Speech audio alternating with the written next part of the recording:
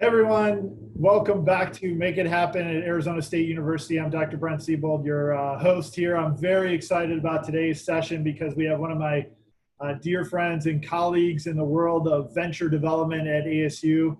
Ms. Jackie Roberts is here from our Spark Labs Accelerator, Spark Labs Frontier, I should say, Accelerator. Hopefully she'll tell you all about it. It's an amazing new initiative that we've kicked off here at Arizona State University. It's just a couple of years old. And Jackie comes to ASU with decades of experience in both the venture development space, but also more broadly, as we know with Make It Happen, it's all about setting yourself apart, setting your organization apart. How do you make an impact in the world? And so I'm really keen to learn more about best practices, tips, and tricks from Jackie, who has spent a lot of time outside of academia, really understanding these things in very nimble organizations that she's been a part of throughout her career. So without further ado, I want to kick it over to Jackie. And Jackie, again, all of these folks are here joining us to hopefully get a competitive edge. Some are interested in entrepreneurship. Some are interested in the world of startup. But I think most of our audience really is eager to make an impact in the world through a traditional kind of career trajectory, leveling up, making an impact within the world. So there's your context, Jackie. I hope that helps. And Yeah, again, welcome to everybody, and really anxious to hear what you have to say, Jackie. great. Thank you. Well, hi, everyone. As Brent mentioned, as we go, feel free to interrupt. I like to have a collaborative session, so any questions you have. Just to give a little bit more about my background. So I am new to academia. I joined ASU as a partner through Spark Labs, which is a venture capital company, just about a year ago. So we just completed our first program, and I'll tell you a little bit more about that. But prior to that, I actually worked in fast growth, hyper growth companies. And I got into a really interesting niche role where I helped expanding startups as they move from San Francisco or Manhattan to Phoenix, help them open their remote offices, and then stayed in a generalist GM type of role, operational role, where I helped them grow and establish their brand and their culture and their office presence here. So several of those, if you had heard of them as Booker Software, they were acquired by MindBody, Double Dutch, which was a event-based app that then moved and was acquired by Cvent and then Vista Equity. And so my experience has mostly been internal executive leadership in some of these fast growth companies, but I've also been at large companies, Gannett, $8 billion, but been in a fast growth situation there where we quickly went from, 0 to 750 employees in 3 years, and I was doubling people into desks. So a lot of my experience comes from early stage, how do you basically create a strong organization as you grow quickly? And obviously that's what everyone wants to do with having a startup. So it's a little bit of background. And then again, before I kick off, Spark Labs. So Spark Labs started again a year ago. We offer both a pre-program and a accelerator program. So the pre-program is about to open up the application, and I can send Brent some more information on that. But basically, if you go to our website, which it's Spark Labs Frontier ASU, you can access the application, and we run a program that will just help you take your startup and accelerate it to grow. And then we also offer mentorship, investment as venture capitalists, and the opportunity to then be showcased and introduced to our network and our partners. And to qualify for that, we're pretty open, I would say, on qualifications, except that at least a founding member has to be either a current student or alumni of ASU, which I don't think we'll have any issues with that based on who's on this call. So definitely look into that. Also happy to have conversations about it more in depth if you want to reach out, separately from here. So, all right, I am going to screen share now and get into this presentation. Can you see this, everyone? Yep, looks great. Awesome. I'm gonna hide And then I don't have the chat popped up. So Brent, if you don't mind interjecting if anything comes up in the window and let me know along the way, or just feel free to interrupt me. I tend to talk fast, so try to get a word in edgewise. I apologize. I will stop. So what I wanted to talk about was creating a value-based organization. So again, being a startup, my belief is one of the most important things you can do is focus internally so that you can create that strong company culture. And we're going to talk about what that actually means, and strong guiding principles to then have loyal employees that are going to work hard for you and grow with you. Oops, what am I hitting wrong? There we go. So what exactly is a value-based organization? And you'll see I abbreviate this sometimes in here as just VBO for short. But what it is actually a living, breathing culture of shared core values amongst all employees. And so the culture is shaped by a clear set of operational standards. That's actually a term that I use. We'll talk a little bit more about that. There can be interchangeable ways to describe operational standards when it fits into this. And then establishing a foundation and guiding principles for decision-making actions and creating a sense of community. So I know you did have a previous session related to creating a brand, and I tried to make sure that some of this is going to overlap a little bit related to creating a brand. I look at this more as value-based business and culture, but I'm hoping that I was able to set it apart a little bit so that, you know, this isn't a repetitive conversation. So when it comes to a value-based organization, I look at basically guiding principles, which we're going to talk about, operational standards, and then culture. And also culture as a whole, guiding principles and operational standards also creates culture. So the confusion I think that happens when talking about these terms is they are so aligned or interwoven that people get confused of where things actually fit in and what comes first and what exactly each is and how to define them. So we're going to talk a little more about that. So why is it important? So employees, they find alignment between both their personal values and the organization's values, creating a more unified and motivated workforce. I used to say this prior to COVID, so let's assume we're all going to go back to, it might be different, but you know, similar to more of a pre-COVID time where we're all back in the office. I used to commonly use the phrase, we spend more time with our coworkers often than with our family. Unless you had the opportunity prior to COVID to work remotely at all times, most people are spending more time at work than they do with their family. So it's really important for people's personal values. I'm not saying personal views, that might be very different, but personal values and what means something to them related to how they're motivated to align with your company. And also then management and leadership are always going to set the example there and need to live the values they preach. So talking a little bit about guiding principles, and I'm sure everyone has heard these terms before. I'm going to share, before I go into each of them, I'm going to share with Brent, I already let him know, I have a worksheet basically that'll help you work through these.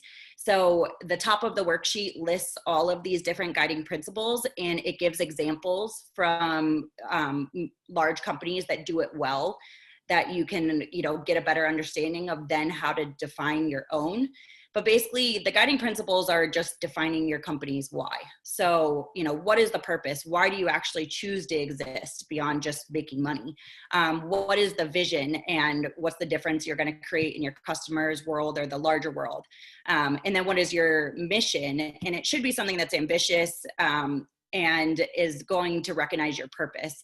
And then core values, this is something that I feel is one of the most important things when it comes to creating, you know, how your company culture and your organization is going to be defined. One thing I'll say when it comes to core values that people don't often realize, there are both internal core values and there are external core values. I recommend doing a mix of both. So what does that mean exactly? Oftentimes people only make core values that relate to how they're going to treat a customer. they don't think about necessarily how are employees going to treat each other, or what is the environment that they're going to create within the company, and how they're going to treat each other, how they're going to communicate. Maybe transparency is really important within the company, but also from an external standpoint. So I recommend core values. I always use as an example, just it's a large brand, but at the same time, it's one that I think we have all seen make a big difference in the industry, but Southwest Airlines is a really good example of someone who has very good external core values. So a lot of their core values, if you go on their website, they talk about how they treat their customers and how important it is. And we see that in all of their processes, in how they operate as a company. And we saw before COVID-19 hit, we saw them actually be one of the only profitable airlines as they grew based on these core values. And then also your story. So this is your past, your present, and future story of incorporating your purpose. I often say it's your founder's story. So why did you create your company? Tom's has a really good example, and I think that's the example on the worksheet I'm going to give to you about, how they basically visited a country where they saw that people didn't have shoes, and that's what inspired them. So it's basically, why did you create this company? What's the story behind it? And what do you plan to do moving forward? So creating your guiding principles now.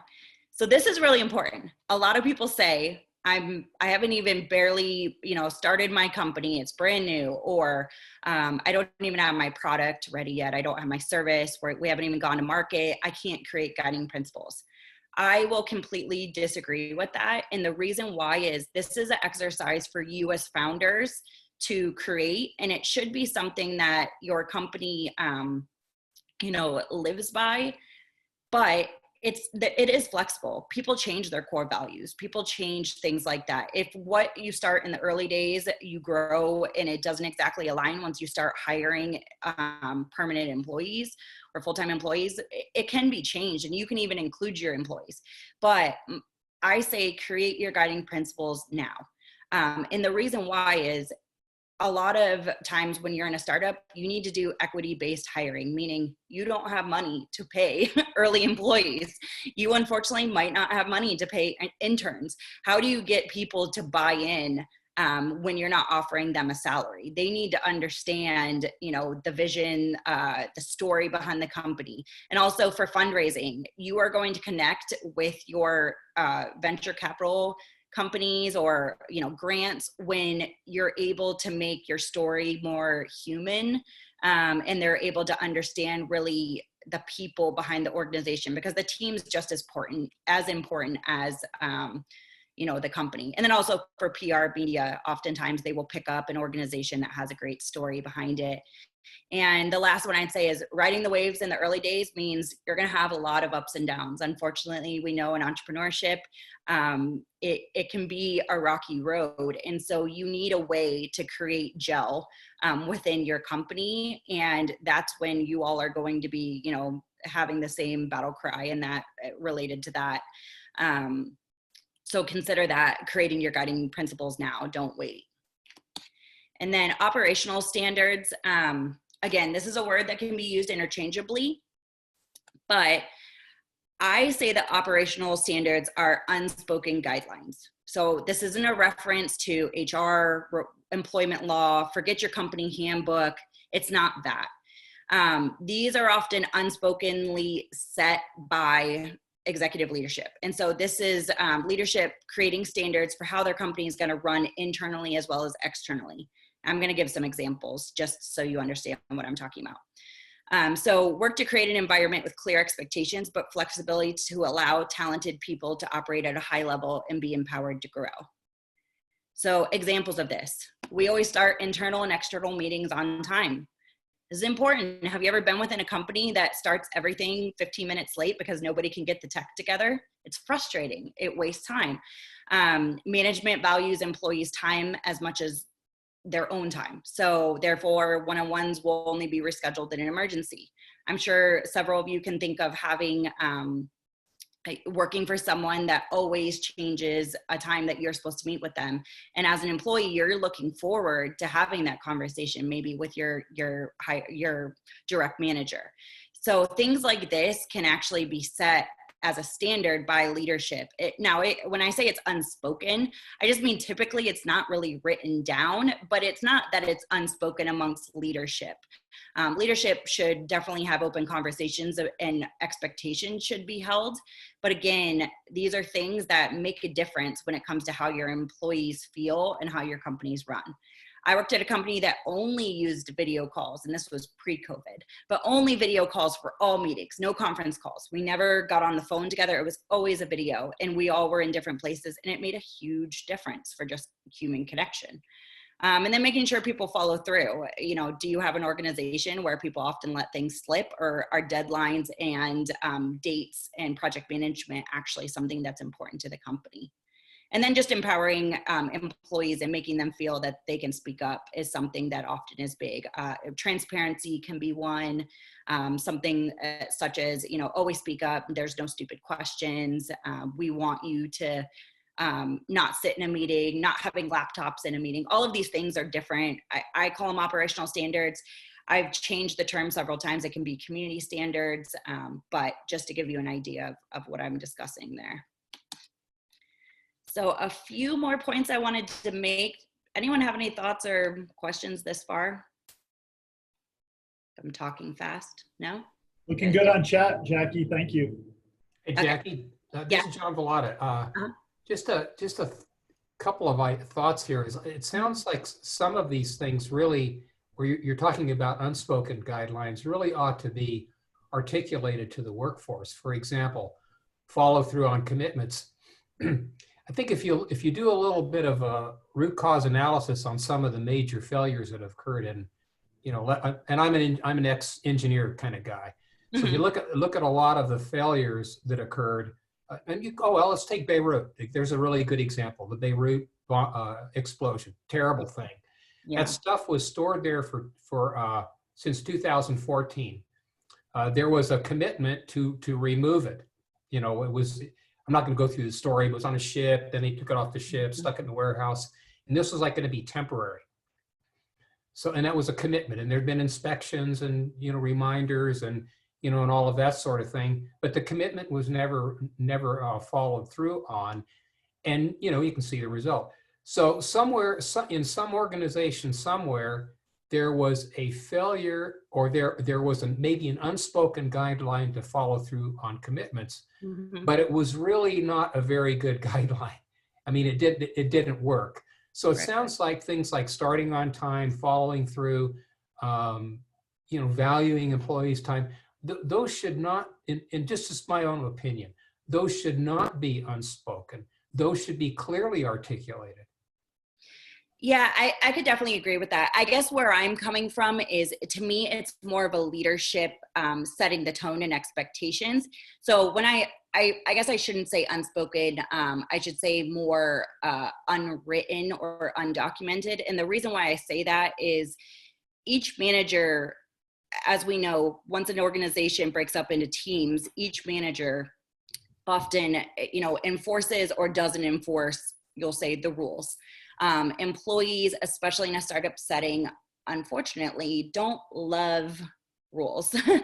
and that's okay. But at the same time, if leadership is always basically having these expectations and is holding them to it, and it's more verbally discussed from a leadership standpoint, then employees typically don't have the issues of not following through because they're being held accountable by leadership. So to me, it's more of a leadership problem versus setting guidelines, basically. Because I can tell you, working for companies where everything started late, I've watched employees fall in line where they start their meetings late. I've been at a place where everything starts on time. The employees fall in line and they know to start their meetings on time. So it's more about accountability, I think, from each individual leader, and having executive leadership all the way down, managing and setting expectations and creating accountability. Just one more comment in that regard. And I can understand what your point is. If you go and look at the, let's think about the Floyd issue. the police department didn't, I mean, there was clearly a failure of something there. And it wasn't training. The police were trained. The leaders did not, the guy had a bunch of other previous issues. There's some union, I'm oversimplifying it. But the point is, I'm sure if you go to the chief of police had some very clear expectations. Now, there was a gap between the chief of police and the leader of the officers that were out, patrolling individually. So there was not, as you went down the organization, the commitment to that particular expectation on the use of force was not properly articulated. So you need to, at least, maybe you don't need to go down to the frontline workers, but you certainly need to, and maybe on a startup, it's just you and a couple of other people, but you do need to, it can't be totally unspoken. There's too much of a time lag. The frontline employees don't necessarily see the CEO. And if you got a leader in the middle somewhere who's not following through on the CEO, you're going to have a train wreck. Yeah. I get what you're saying. A thought. That's just my thoughts. No, I get what you're saying. I will say I shouldn't. Again, I'm backtracking just as you're having my thoughts spitting. So I usually, when I would onboard my employees, I would talk about some of those things related to but I did it more as a positive versus a rule. Like, one of the great things you'll find here is all of our leaders always do video calls. So you really will feel connected, even though your director is in San Francisco. And I would do it more in that way. But I get what you're saying. But I also would say, if you talk about, what happened in Minneapolis related to their police department, there are other places where things like what happened to Floyd, unfortunately, have happened, where the other police officers did something.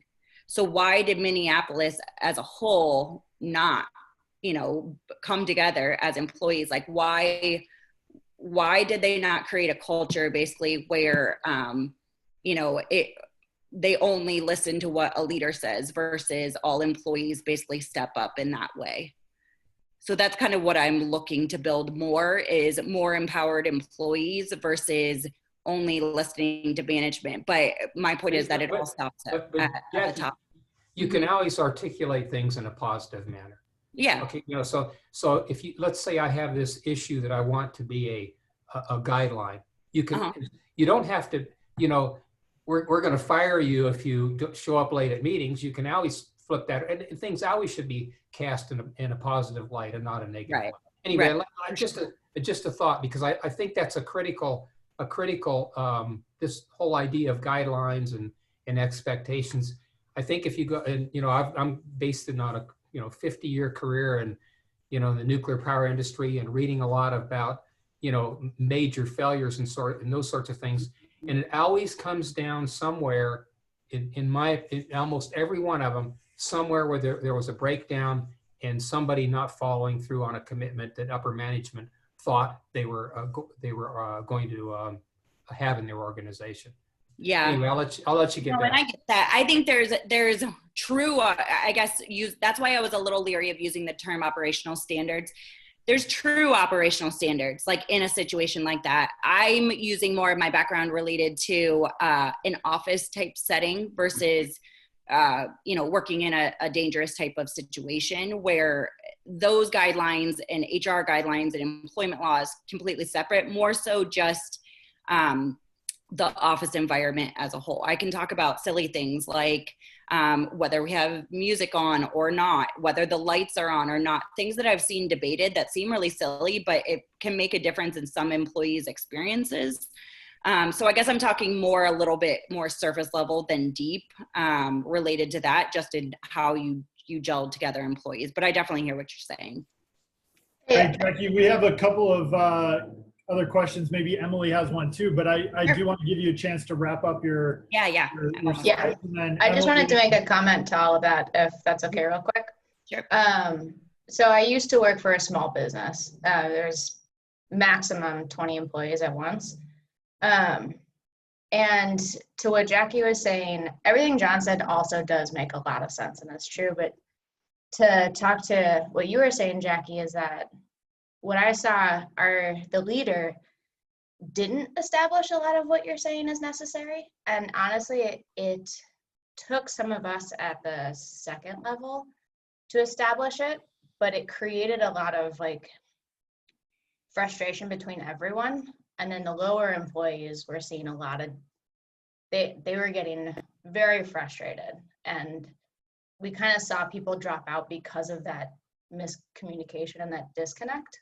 Mm-hmm. So it does make sense what you're saying. And I know, yeah, some of the wording could be changed, but as you're explaining it, it's very apparent, like Yeah. how necessary little things are. Yeah, we can call it community standards just to, because operational standards, I'll say, in more of a manufacturing or a setting where there needs to be true operational settings or standards is different. But yeah, I appreciate that.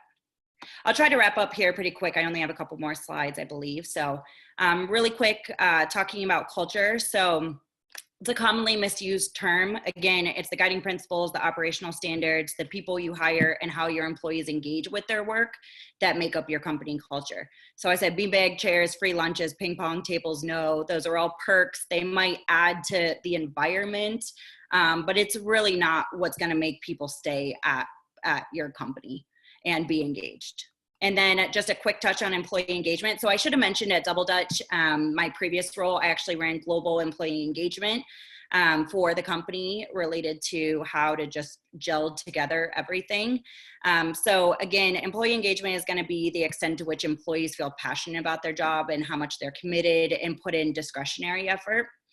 And so these are really, to me, what make up employee engagement, and it's going to be your motivation, health, and growth. And when I talk about motivation, their employees are motivated through purpose, autonomy, and mastery. I have a strong feeling that we've, if you've ever read Daniel Pink's Drive, that we've done it a bit backwards from a leadership perspective, using more of a carrot versus stick. If you're late, you get in trouble. If you're do something good, you get a gift card or a reward. Instead, people really want to be deeply connected with their work and have a purpose. And then those that are really engaged are likely to stay 3 times more than others at your company. And then also employee engagement has to do with mental and physical and emotional well-being, which we're seeing that come into the workplace a lot more now. And then growth, focus on your employees' personal development. So again, 2 more slides. I guess I said that a couple slides ago, but I'll try to fly through this. Employee engagement strategies, career and personal development. Do not only focus on your specific employee skill. And the reason why I say this is the hardest thing at a startup is you hire people in rather quickly, and everyone wants to be promoted or wants to progress. So what can you do in other ways to add personal development to improve people's skills beyond just like their actual role or job? So keep that in mind, because if people feel like they're growing more on a personal role, or they're given different opportunities, or they even participate things like a book club, it definitely engages them more, and it makes them feel more valued and have more takeaways.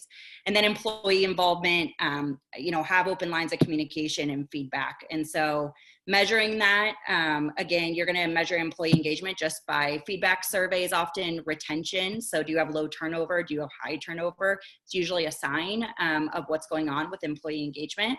And then also morale. And then I just put reminder, positive feedback can be more valuable than just participation. And what I mean by that is, every employee engagement strategy is not going to fit. Maybe your engineers might have different likes or different feelings about things versus your sales or customer service people or your product.